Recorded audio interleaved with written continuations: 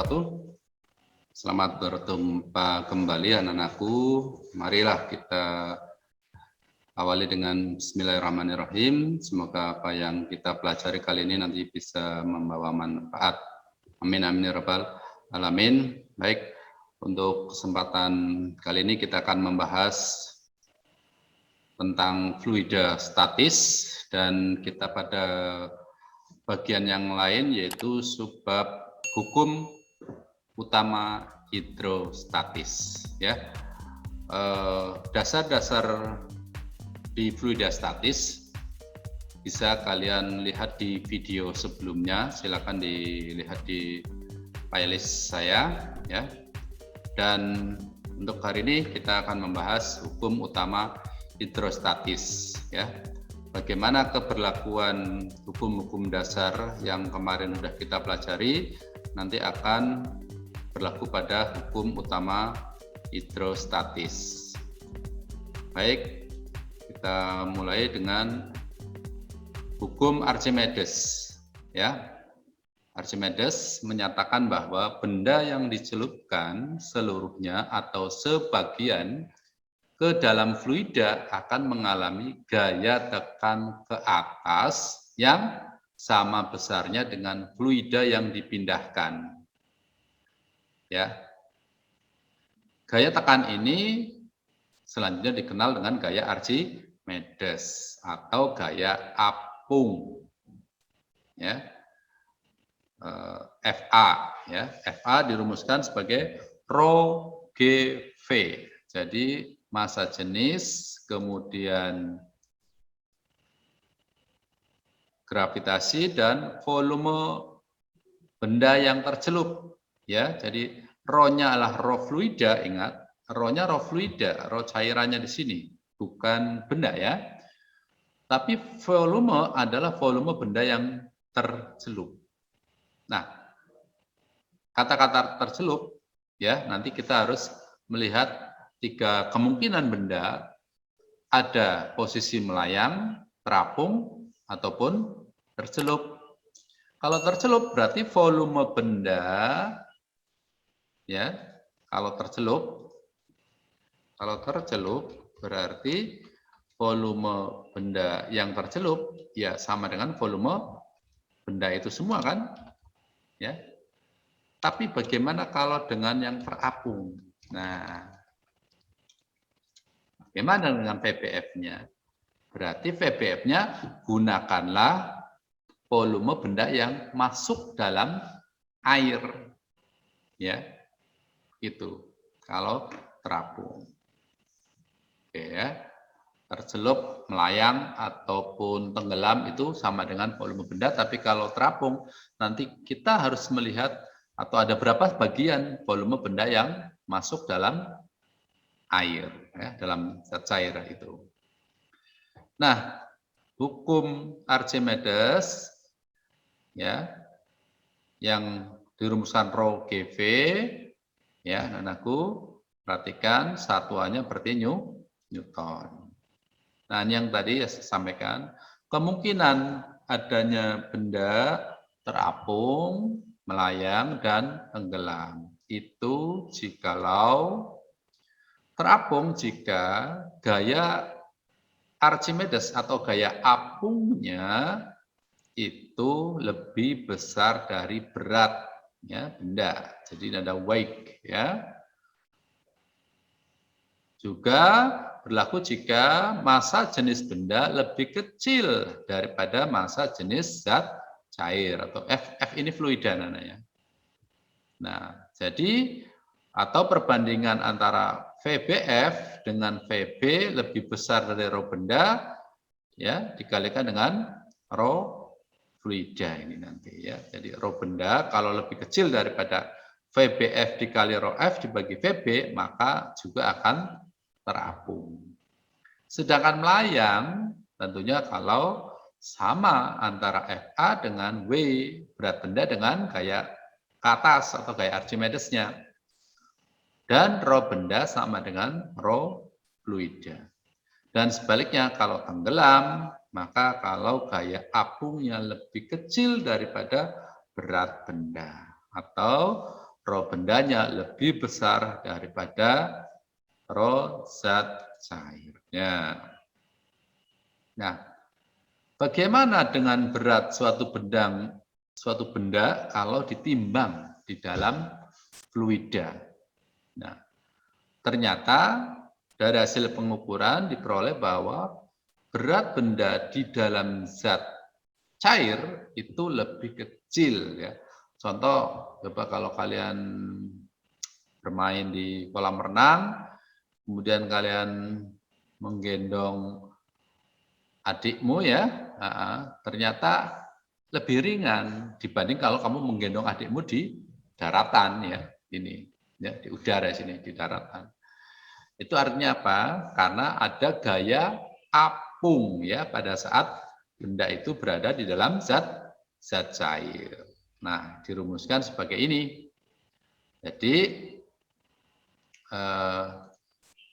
WBF ya, W itu weight, jadi berat benda dalam fluida sama dengan berat di udara, maksudnya tadi di daratan ya. Dan kita gendongnya berada di udara ya. Min FA. Jadi selisih dari gaya Archimedesnya. Atau kalau dijabarkan, WBF sama dengan berat benda di dalam zat cair adalah selisih rho benda dikurangi rho fluida dikali volume benda yang tercelup dikali gravitasi. Nah, itu rumus hubungannya dengan kalau berat benda di dalam fluida itu ternyata lebih kecil, lebih ringan. Contoh soal, sebuah benda dicelupkan dalam minyak dengan massa jenis minyak 0,8 gram per cm kubik, ternyata 25% dari volume benda terapung. Ya. Berapakah massa jenis benda tersebut? Baik, anak-anak. Rho minyak 0,8 ya diketahuinya, volume benda 100%, anggap 1 bagian atau 100%. Berarti volume benda yang tercelup adalah dari mana?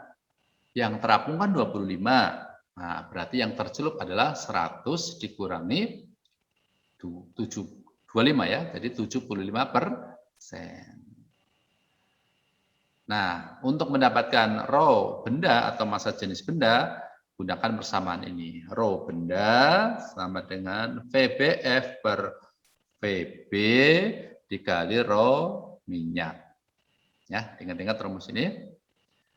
Nah, 75% bagi 100% kali 0,8. Jadi 3/4 dari 0,8. Jadi 0,6 gram per cm kubik ya. Ini atau sama dengan berapa? Sama dengan 600 kg per meter kubik ya. Oh, ini besar. Kilogram per meter kubik. Nah, selanjutnya contoh yang lain, sebuah benda memiliki berat 6 Newton di udara dan 4 Newton di air. Nah, kan di air lebih kecil ya. Jika massa jenis air adalah 1 gram per cm kubik alias 1000 ya, berapakah massa jenis benda? WU berat benda di udara. WBF berat benda di dalam zat cair, di dalam fluida. Rho fluida yaitu cair air ya di sini 1000 kg per meter kubik. Berapa rho benda? Nah, kita harus mencari FA dulu dari rumus ya WBF sama dengan WU min FA, atau boleh kalian balik ya. Jadi FA itu adalah selisih antara berat di udara dikurangi berat di dalam zat cair. Jadi FA adalah 6 dikurangi 4, 2 Newton. Setelah ketemu ini, untuk mendapatkan rho benda, ya, kita harus mencari VBF-nya dulu, volume benda yang tercelup, dengan menggunakan rumus Archimedes, yaitu FA sama dengan rho F G kali VBF, 2 kali 1000 kali 10 kali VBF. Berarti VBF adalah ya 2 dibagi 10.000 atau 2 kali 10 pangkat min 4 meter kubik. Dengan demikian, rho benda sama dengan massa dibagi volume benda yang tercelup, yaitu 0,6 dibagi 2 kali 10 min 4. 3.000 kg per meter kubik. Nah, contoh yang lain, sebuah benda terapung di atas permukaan air yang berlapiskan minyak. Ternyata 50% volume benda tercelup di dalam air dan 40% tercelup dalam minyak. Ya, jadi ada 2 permukaan begitu. Jika massa jenis minyak adalah 0,8 gram per cm kubik, berapakah massa jenis benda tersebut? Jadi, diketahui rho air 1 gram per cm kubik, rho minyak 0,8 gram per cm kubik. Maka untuk mendapatkan massa jenis benda, gunakan rho B sama dengan persen volume yang ada di air, berapa persen, ditambah dengan persentase volume yang ada di dalam minyak. Oh, yang di air 50%. Jadi 50% dikali rho airnya 1. Oh, di minyak adalah 40%. Berarti 40% dari kalikan 0,8. Jadi ini 0,5 ya. Jadi ini bisa ditulis 0,5 ditambah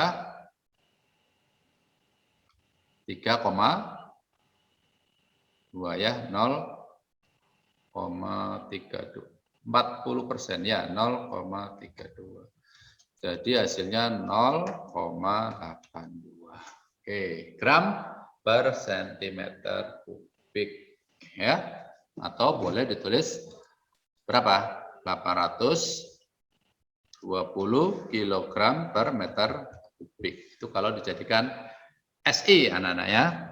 820 kg per meter kubik. Demikian anak-anak untuk pembelajaran pagi hari ini. Kita sudah mempelajari tentang hukum utama hidrostatik, yaitu kita belajar gaya Archimedes ya. Semoga apa yang kita pelajari pagi hari ini bisa bermanfaat dan tidak lupa untuk seringlah berlatihan soal ya. Silakan bisa dicari soal-soal latihan di sini, baik soal-soal ulangan maupun soal-soal persiapan akhir semester maupun persiapan ulangan akhir tahun. Demikian pembelajaran kali ini. Saya Heri. Assalamualaikum warahmatullahi wabarakatuh. Selamat belajar.